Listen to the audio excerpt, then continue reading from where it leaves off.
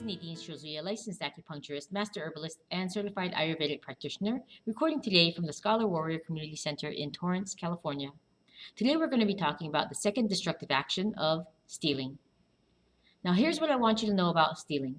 I've taught hundreds of students, hundreds of children in particular, and we always go through some kind of lesson where we ask them what they want to be when they grow up.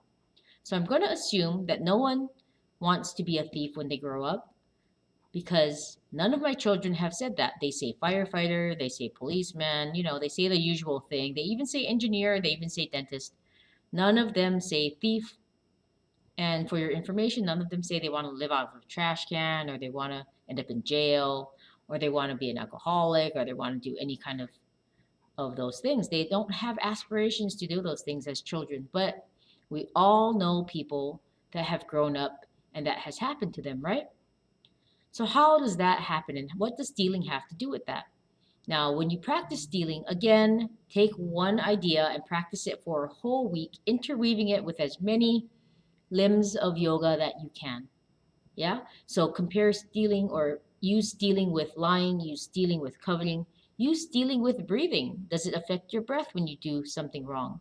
I would say to you, if you notice, yes, it does. Does it affect your body? Yes, it does. You start hunching over, you start being ashamed of yourself. It affects your sleep, it affects your subconscious. It makes you paranoid that other people are going to steal from you as a result. So contemplate those issues, and let's take a look at the gray areas, because quite honestly, it's not the obvious areas that people have to work on. I mean, we all see movies where people go on heists and things like that, and it's really obvious that they're stealing. Uh, but most of us become surprised when the people that we know end up in jail for stealing or doing something else that they're not supposed to do, because we knew them as children, and we just don't expect that from them. But it does happen in society, right? The jails are full of people that do those kinds of things. So how does that happen? Let's go into it. Okay, so the first gray area I want to talk about is the feeling of entitlement. Now, stealing is taking something that is you don't have the right to have. But the gray area says, well, maybe you feel like you have the right, or you're entitled to it.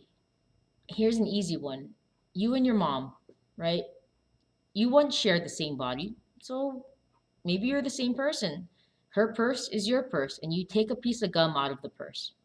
Let's say you take money out of her purse. Okay, that's a little more obvious, but let's say you just take some gum out of her purse. She would have given it to me anyway. That's a little bit of a slippery slope.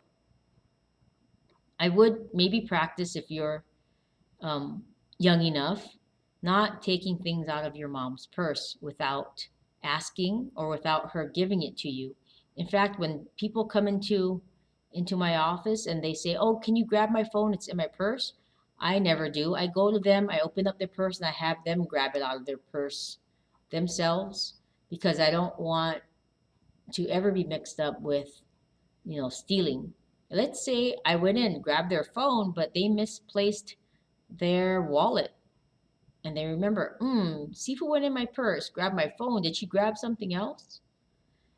So you don't ever want to be mixed in with stealing. So just stay really, really far away from that. The next place I want to talk about stealing is maybe at work, where you put in a little bit of extra time at work, and you feel like subconsciously or consciously that the boss owes you a little bit more money. So you take a flyer from your kid's softball, and you make copies for everyone at work.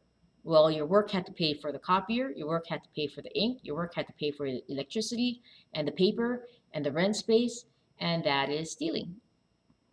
And the third place that is a little bit of a gray area, it's a gray area because a lot of people do it, and it seems to be a more common practice.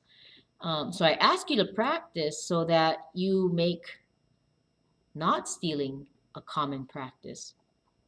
And here's where maybe you know or you don't know about misappropriation of funds. Misappropriation of funds is where you give people money in confidence that they're going to use it the way they say they were going to use it, but then they don't for some reason. It ends up in somebody's pocket. It's lining someone's pocket. It's buying someone a new car. It's buying someone a private jet. You know, for a nonprofit organization, maybe that's not what you kind of had in mind when you gave them money to do whatever they were going to do with it. Okay, so that's stealing. I think you get the idea. If you have any questions, please comment below or email us. The information is below in the comment section. And this is Sifu Nadine, thanking you for practicing, thanking you for your support. For everyone that practices, that's one step closer to having, you know, a nice world. Please like and subscribe to our channel, and I look forward to seeing you all in the next video.